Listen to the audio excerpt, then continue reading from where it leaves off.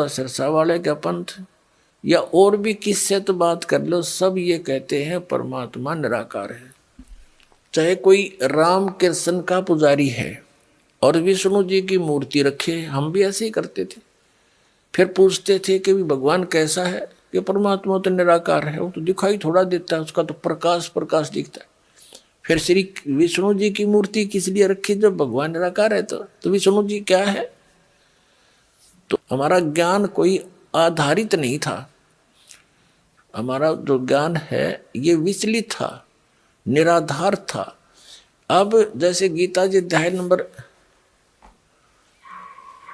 2 के श्लोक नंबर 53 में 53 में कहा कि अर्जुन, जिसमें तेरी बुद्धि भिन्न भिन्न प्रकार के भ्रमित करने वाले वचनों से हटकर एक परमात्म तत्व के तत्व ज्ञान पर स्थिर होगी, तब तो तू योग को प्राप्त होगा, तब तो तेरे में भगत के लक्षण आवेंगे, तू योगी बनेगा, भगत बनेगा।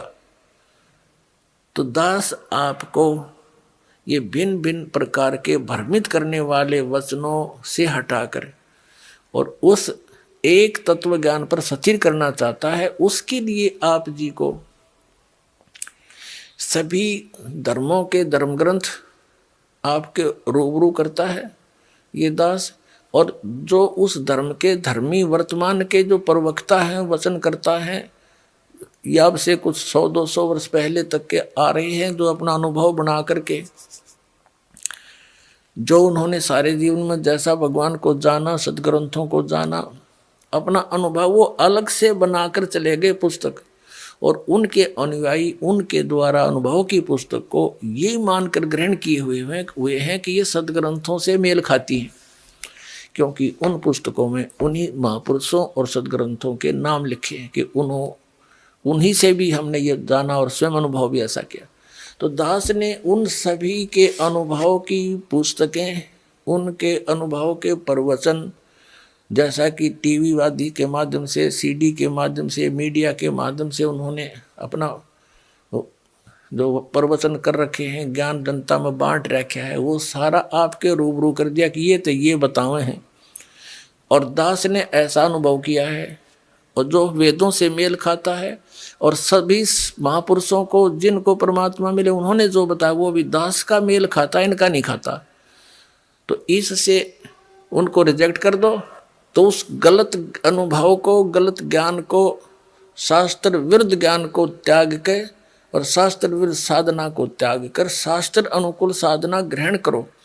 ये सारा कुछ प्रयत्न करके निष्कर्ष यही निकालता है दास कि आप उन सभी को त्याग कर, जो आपकी दिशा ठीक नहीं थी, वो शास्त्र ठीक नहीं थे, उनके अनुभव ठीक नहीं थे, वो संत अनुभवहीन थे, उनको परमात्मा प्राप्ति हुई नहीं, जिनको तुम परम धनी मानकर, महर्षि मानकर, आचार्य मानकर, शंकराचार्य मानकर उनके चिपके हुए हो, उनके पास यथार्थ आध्यात्मिक मार्ग नहीं है, आपका जीवन नाश हो रहा है।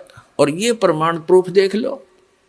और इतना कुछ देख कर भी जो नहीं मानता है, उसके लिए परमात्मा कहते हैं वो चातुर प्राणी तो चोर हैं, जो अटपट करके दुनिया ने पीछे लगाए बैठे हैं।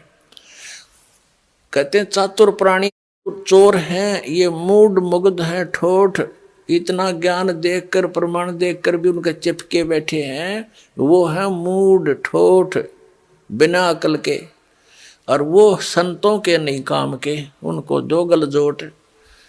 तो परमात्मा कहते हैं कि वो फिर हमारे काम के भी कोई नहीं, वो वहीं वहीं मरे रहो, फिर और क्या इलाज है उनका। इतने प्रमाण देखकर और फिर विष खाने की तैयारी में, तो या तो वो नशे में है या कति मूढ़मती। फिर क्या बताते हैं कि जानबूझ साची तो जय। एक भक्त ने अपने गुरु को कहा कि गुरुदेव आप संत हैं, और संत वही हो जो सच्ची बोले। पहले तो उसने उसको तैयार किया नो विवश करने को कि ये कदे अटपट ना कर जा।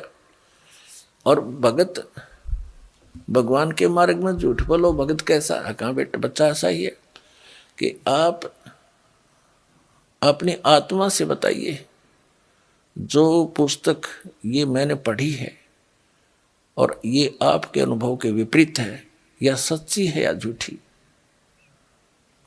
तो उसने कहा भाई तेरे को सच्ची लगती होगी, तू ग्रहण कर ले, मैं तुझे बाधा थोड़ा ही कर रहा हूं, मुझे तो अच्छी लगती नहीं।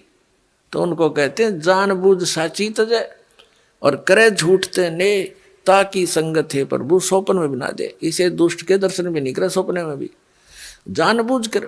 किस लिए? सिर्फ अपनी वो मेहनता ही ना छूटे, और कल गदा बनेगा वह मेहनता ही वहां छूटेगी, फिर मारेगा कड़म लठ कुमार, डायमंड का बोरा कमर पर होगा।